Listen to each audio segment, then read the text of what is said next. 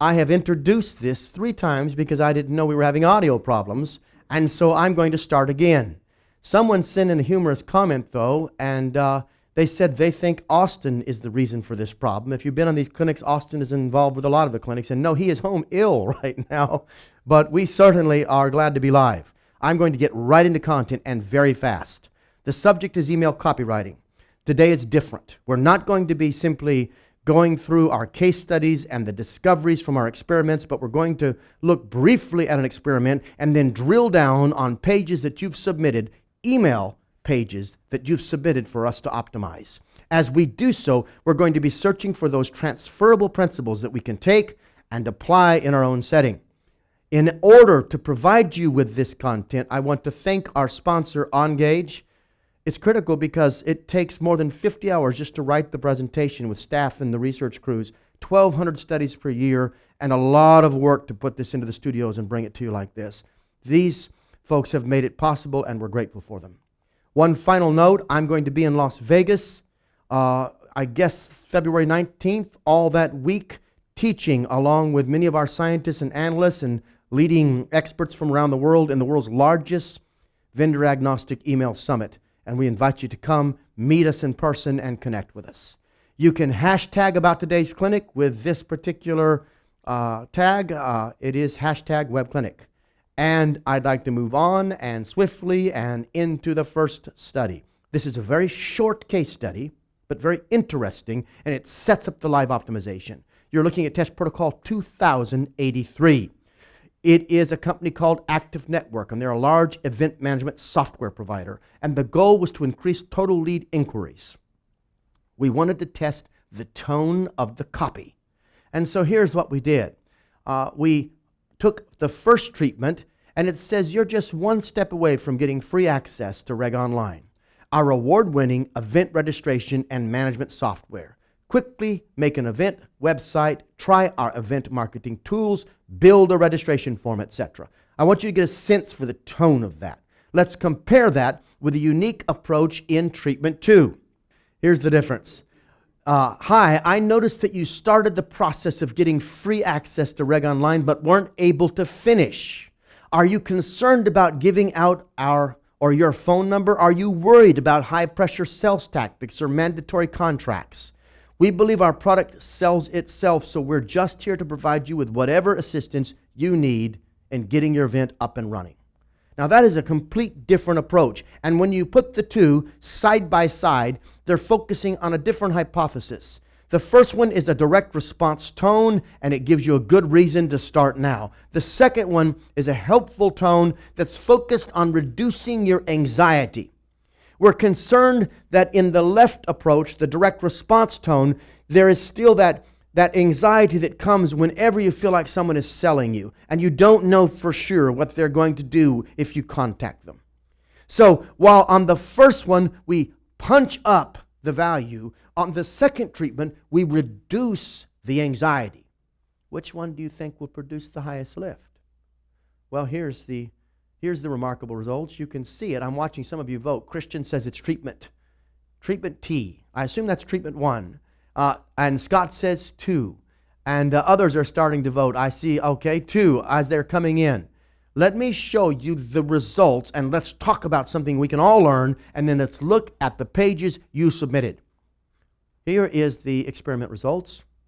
A 349% increase in lead inquiry rate from using the customer service tone that reduces anxiety as opposed to the sales tone which emphasized the value, the benefits, etc. Now that is a dramatic differential. Dramatic.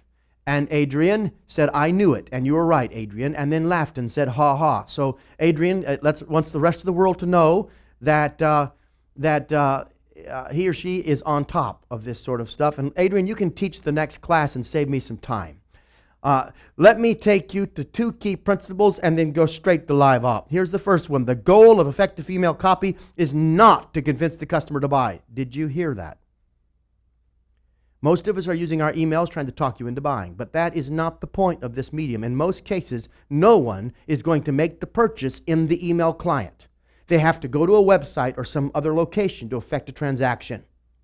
The goal of the email is to serve the customer that will enable them, in a way that enables them to make the right decision. Mostly, you've got to get a click. You've got to give them a reason to get a click. And you've got to give them a reason even to engage or read. And often what we're trying to do is serve them better with the information they need to make the right decision. To make the best decision, a customer must be able to understand, this is very critical, and accept, that is, say yes, to a series of logical premises that lead to an ultimate conclusion. We call that the macro yes. And in this case, the first of these is the click. You want them to click from the email to the landing page. Too often we conflate these and we try to sell in the email instead of sell on the landing page, where we can actually really present the product in a much stronger and more robust fashion. So you've got to keep these two principles in mind, and you've got to ask yourself, all right, so then if I'm thinking about those series of premises, then I'm thinking about the timing and how much I'm asking for and how soon I ask in the process, then how can I approach the emails that I'm writing right now and make them more effective? And to do that, let's go straight to LiveOp. And let's look at submissions. I haven't seen these submissions. You have given them to us, and this will be my first time to see them as well. My staff has looked at them to put them into this presentation. I have not. And here is one submitted. It's called youneverlose.com. The goal is to drive traffic to a website and people trying to save money. This is the target audience by bidding on gift cards. So the subject line is capture those summer memories. And now you can see the body of the email. In fact, just look at it behind me and you'll get a chance to see the length of the text, the calls to action that are interspersed, the length of the paragraphs. And let's just stop there right now. Audience, tell me, let's be a focus group for a moment and let's help Rachel, who submitted this treatment, and let's learn something that we can all apply into our own work. Tell me, what do you think of the subject line, capture those summer memories? Let's get a quick analysis. Tell me what you think. Not enough value in the large image. Very vague, says someone else. Zzz, says Gary, which means he's asleep. Call to action. Gary, is it me that put you to sleep, or are you saying the email is boring? You won't be in trouble if it's the former, because I wouldn't. I'm putting myself to sleep. I've just started. I'm already tired of hearing myself talk. Why do I want to do that? Good point, someone says. Too vague, someone says. And too general, someone says. Rachel, the audience in general is right. Let's talk about the subject line. It begins with the word capture. Is capture a positive or a negative word to put at the beginning of a sentence? Something we have to think about. Does it evoke immediate attention? And then if you work and labor through the rest of the line and you discover what it is you're going to capture, does the word summer memory and capture go together very well? What is a summer memory? And how much extra thinking do I have to do in order to get meaning out of your subject line? If your subject line requires me to pause and try to process, then it's costing you click-throughs. The subject line should be point first, leading with the value at the beginning, and it should give me enough reason that I can't quite excuse myself from clicking through. Now think about your subject line in a completely different way. People read subject lines in order to delete emails. They do not read them anticipating the joy and the love of life that going through your email inbox is going to give you. Email is an annoyance. I don't wake up with a passion to go through my email. I feel a responsibility. In fact, most of my responses to email are fear-driven. First of all, the reason I even look at my email is fear. If I'm missing something important today, it might harm me or it might harm my enterprise. I've got to look. And then once I start to look and realize, oh my God, there's 214 messages in this box, I want to reduce 214 down to 3. And so I am going to slash and burn anything that I think I can possibly get away with evading. So my subject line, the one that you use to pull me in, has to do more than simply intrigue me with a thought-provoking phrase that I have to work out on and work in my mind in order to understand. It's got to capture me, and it's got to be so significant that I'm afraid to pass it up. Which leads me to the body text. It says, Dear Rachel, your sunscreen crusted over and your iPhone's got sand in the cracks. Listen to me. You've spent an entire sentence saying something that's mostly meaningless to me. I know it sounds clever, but again, this is an email. This isn't someone who's sitting in the lobby reading a piece of literature that I have waiting for them and who's going to spend time like this. And it's just, somebody said, you're trying to be cute like Groupon. And I don't know, that's Ray's opinion, Rachel. All I can tell you is that first sentence is not doing the job because it's not giving me enough reason to read the second sentence. What's more, the email, to my knowledge, has no headline. And even an email disguised to feel like a letter, and that's a very good format, should have a headline. And so you need a strong headline, and you need a much stronger first sentence.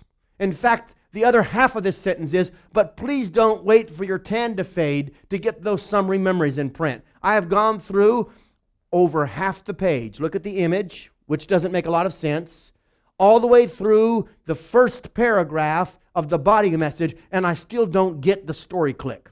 Now, when I taught copywriting, and you can read this on the website on marketingexperiments.com, we talked about story click. At this moment, they don't have the gist of where you're going.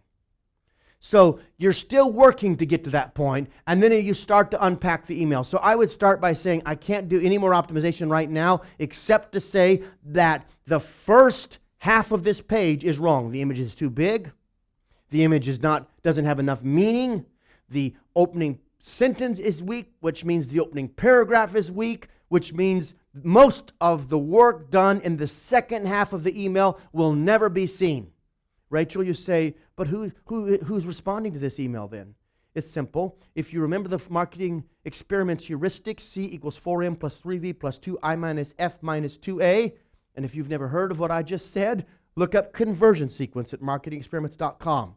One of those factors is M, motivation. And the highest motivated people who already know who you are, who are highly interested, they will get through this email, but you'll lose everybody else. As motivation diminishes, so will your conversion rate. Let's keep going. I hope this is helpful, Rachel. If you want to take another crack at that email, get it in front of my team. We'll look at it and give you some thoughts and advice and try to help you get a big win. Let's look at the next one. This was submitted by Sherry. And the goal is to show prospects how we can help with unconventional loans. And the target audience is real estate professionals. So it says, we will help you fund your client's construction. We will help you fund your construction. I'd like to start with that line and ask you, what's the thing wrong? What's wrong with the first word? Someone tell me in the audience, what's wrong with that word? Thank you, Graham. I'm reading your note. What is wrong with that word? It's not, remember we talked about in the copywriting clinic, again, you can read that online. It's not a point first sentence. It's a point last sentence. The word your, the you factor, doesn't occur until the middle of the sentence, and so is hardly seen by anyone. The word at the beginning and the word at the end. We and construction are both words, neither one, that drive me to open up the email. It's also very long for a subject line. Now, we did a test on subject lines and we did a test on headlines. On headlines, we discovered that when we ran a group of 10 different headlines, those with the word get in the front achieved the highest click-through or the highest response rate. I would suggest to you that as you look at this carefully, you can say get help with your client's construction or something else much stronger by getting the we out of it and driving to what they get and what you can do for them. That brings me to the email itself. It starts in the headline, again, with what word? Audience, you see it, don't you? We.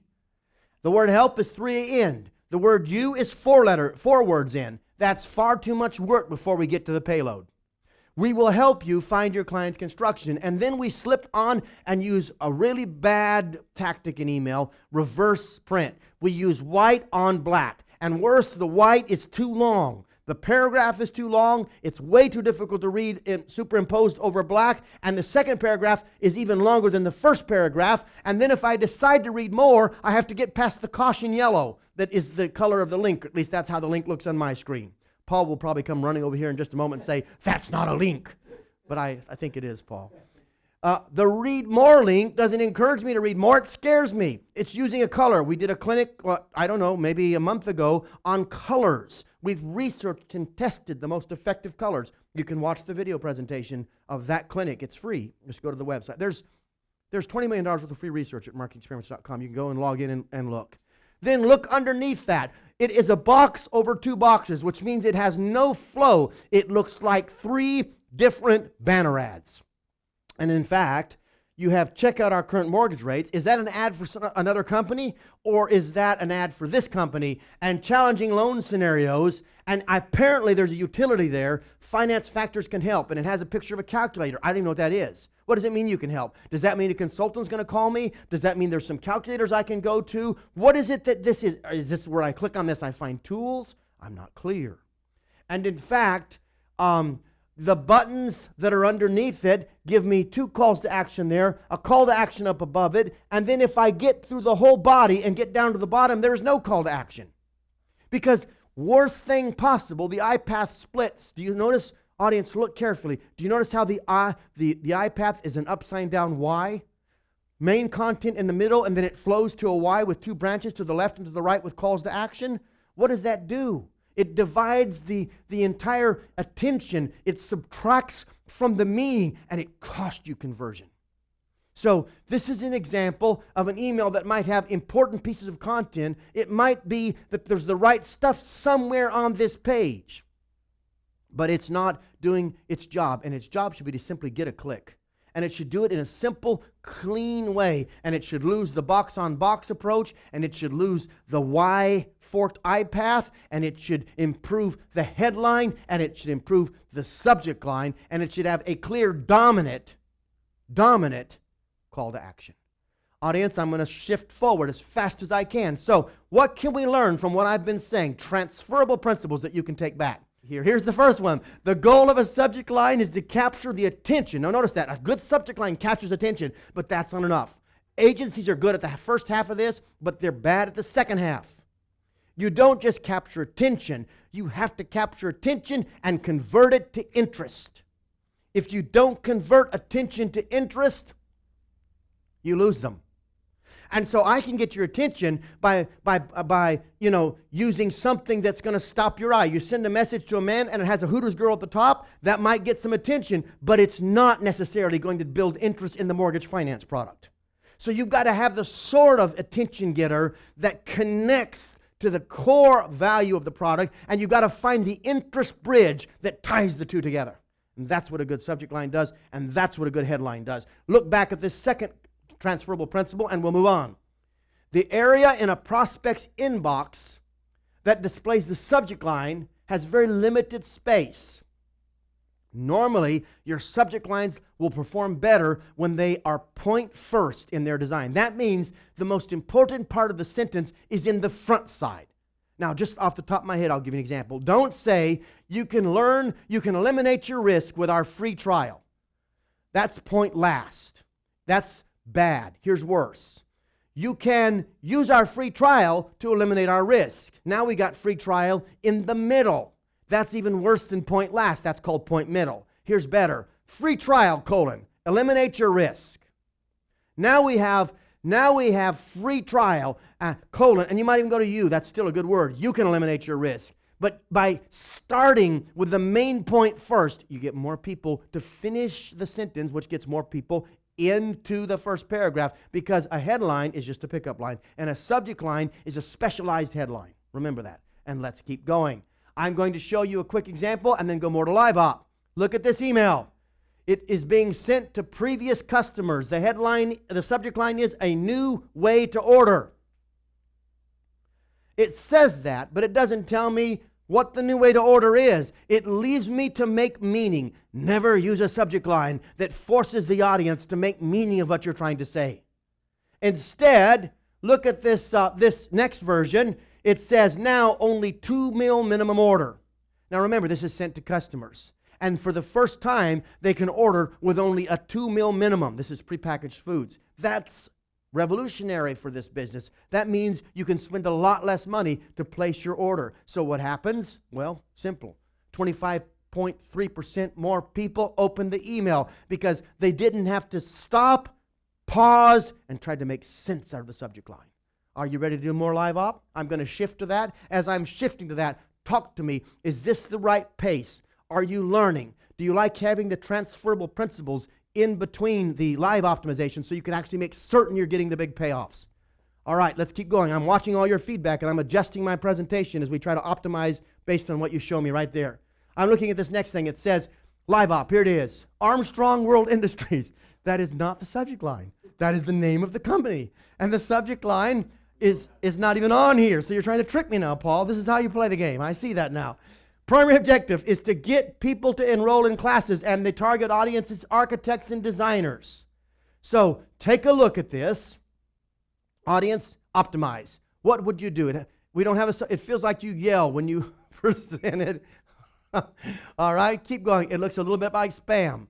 Someone says redesign it. Someone says no iPath. Someone says CTAs are hidden. Someone says it looks too much like a website. Very good point.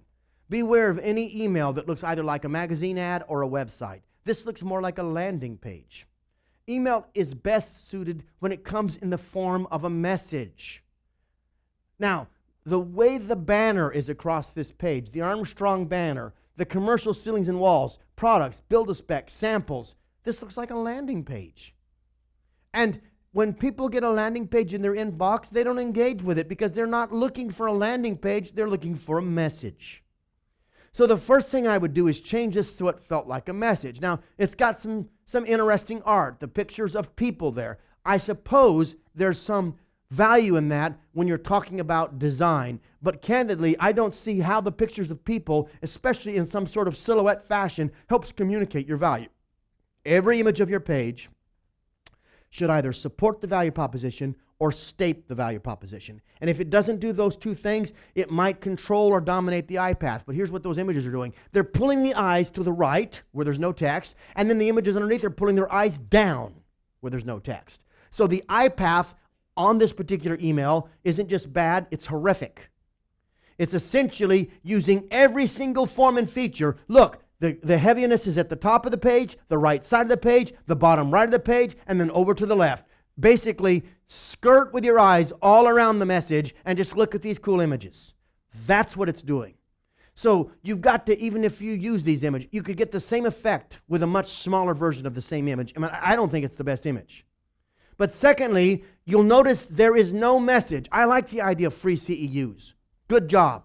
But here's the problem. People don't talk to people in bullets. People talk to people in sentences.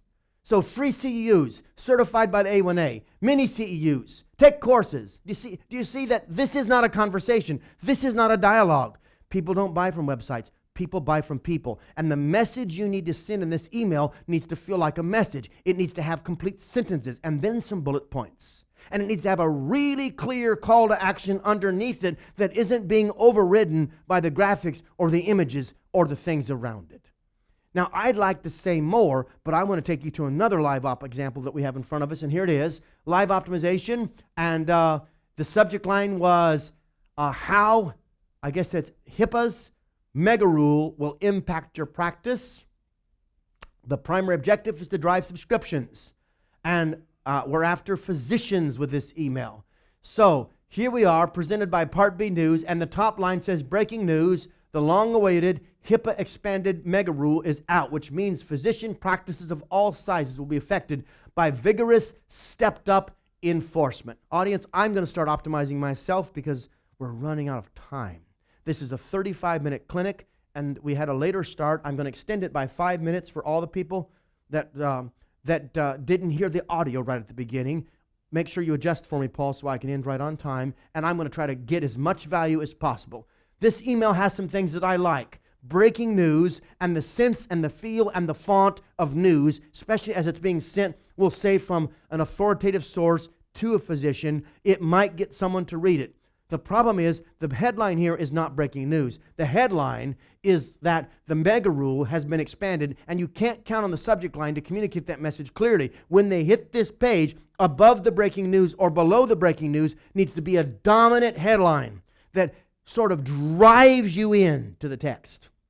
The first paragraph is too long, and it says, physicians' practices of all sizes will be affected by vigorous stepped-up enforcement. That should be in bold. That's where bold is perfect. Once you have a strong headline, use that bold text to draw their eyes down through the paragraph and also emphasize. And remember that people are likely to be moved by fear twice as fast as they are by opportunity. And this message is fear-driven, so emphasize it. And then I would look at the second and third paragraph. That third paragraph is too long also. And then I would be concerned about the ad on the right because it doesn't connect to the news on the left. It says 3 easy ways to order. Order what? And I mean this graciously, Kathy. Kathy submitted this page. It doesn't, all you see is a screenshot of a computer and something behind it. Don't assume they know exactly what they're ordering. Don't assume they know how long, how frequent, what it is. There's too much meaning to be made of the column on the right, and it's not directly connected with what's on the left. And what we really need to be saying is, to find out the information you need to protect your practice, you need to subscribe to X or Y or Z. Draw it all together in a consolidated, unified message, and don't let the image on the right just feel like an ad. It could be an ad for something altogether different. That's the way it looks and feels. Which brings me to a transferable principle. People don't buy from emails. People buy from people. The body of your email should read like a letter. It should guide the customer in a conversation. You may be on this call saying, yes, but I'm in e-commerce. Maybe we'll do another clinic on e-commerce. We're certainly teaching it at the Email Summit coming up in Las Vegas. We've optimized all sorts of e-commerce. We just finished major projects inside of Verizon. And we can help you understand, but even in e-commerce, these principles apply. That doesn't mean you can't have some product images, but you need to do it very carefully. And we've done it all over the world in many different languages, even in Italy. In Italian, we found the same thing to be true. But let's go on to a second principle. Your email copy must be long enough to sell the click. Hear me, but no longer. Too little or too much copy damages the click-through rate. If you tell me too much, I don't need to click through. If the goal of the email is to get a click, then just tell me enough information to drive me to the click. I want to show you a quick example. Not this. It sells a 30-minute demo in the first paragraph, but it doesn't offer the value. It starts selling online tools before explaining the benefits. And it asks the reader to get started. And this is very important. They're not ready to start yet. They haven't read enough to know. It's like walking up to a girl in a bar and proposing to her. She doesn't know enough yet. Before you haven't gone through the proper steps. You haven't followed the micro yeses. You don't have the sequence of thought. And you're asking for too much too soon. In the new email, value is communicated in the headline and the first paragraph. Each thought carefully leads into the next, all the way through the email, and the call to action is different. It's a really intriguing call to action. See how Sermo works. That's exactly what's on their mind at that moment. They're not sure they trust it. They're not sure they want it, but they are so intrigued by the message at the top. Sermo gives you immediate access to over 120,000 doctors. There's nowhere else in the world you can do that, guys. And this is being sent to groups like big pharmaceutical companies who want to reach those doctors. And then it cashes that in. That great pickup line drives to a paragraph that says physicians spend 35,000 hours per month on this site. And then it builds up with the bullet points properly, drives you to a button that doesn't ask for too much, actually asks for what you really want to know. You want to see how it works. And what occurs next? Well, this is what occurs. 104% increase in click-through. What happened? We got the message tuned properly to the sequence of thought. All right, I am watching my time. Paul, how much time do I have? I want to take another live. I have 3 minutes. Audience, stick with me for 3 minutes. Oh, Brian says, why are bullets okay this time? Brian, bullets are fine and should be used after you've had sentences, after you've talked to them. And when you use a proper sentence to set up this, you might say, there are 3 benefits from using product X, and then your bullet points are very appropriate. But never have pure bullet points with no conversation around them. Let's go on the live op. This was submitted by Dara. Now let's all learn. We've got very little time left, and Dara has submitted an email, and there's some good pieces here. The goal is to get customers to upgrade to QuickBooks 2013. Small business owners and existing customers who need to upgrade. That's the audience. And here's a good headline. Only 3 days left. Upgrade by January 31st to save. That's not a bad headline. They go straight to a call to action. Audience, tell me, is it bad to have the call to action that high? What do you think about that? Let me see. Use your Q&A feature. to tell me what you think. Christian says it's okay. Carl says no. Dave says yes. Some say it's premature, and the audience is about divided. Let me tell you what we've discovered. Many times we've pushed the call to action up above the fold, and it's not right. It's like walking up to that girl in the bar and kissing her on the lips before you've even had any conversation. You're asking for too much too soon. In this case, however, you're sending to a known audience of existing customers who have only 3 days left to upgrade, who've already had other messages, and who know that when they click on that button, they're upgrading their product, and notice, and they're going to save 25%. In this particular case, having that button up there is not a bad idea. Having the product image there with a save 25% is not a bad idea. Where you start to have problems is beware of the language, dear valued customer, number one, because it's sales language. I know you don't mean it that way, but it sets the tone immediate for a sales message.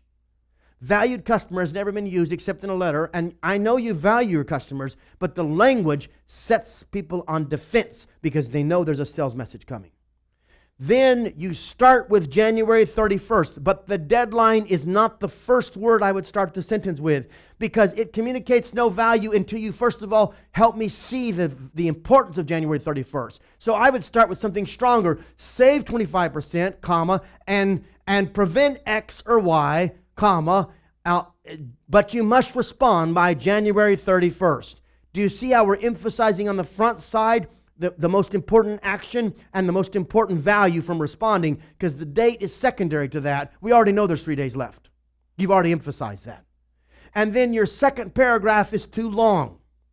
And then after your second paragraph, you give me 3 great reasons to upgrade, but there's no clear call to action. There is something there, a blue, long blue thing, but that actually looks like the footer of an email where all the disclaimers lay and the privacy notices. And many people are looking for a button because you had a strong button at the top, but they see nothing at the bottom, and they don't know if the link on the bottom is the same as the button at the top. In fact, I'd reverse it.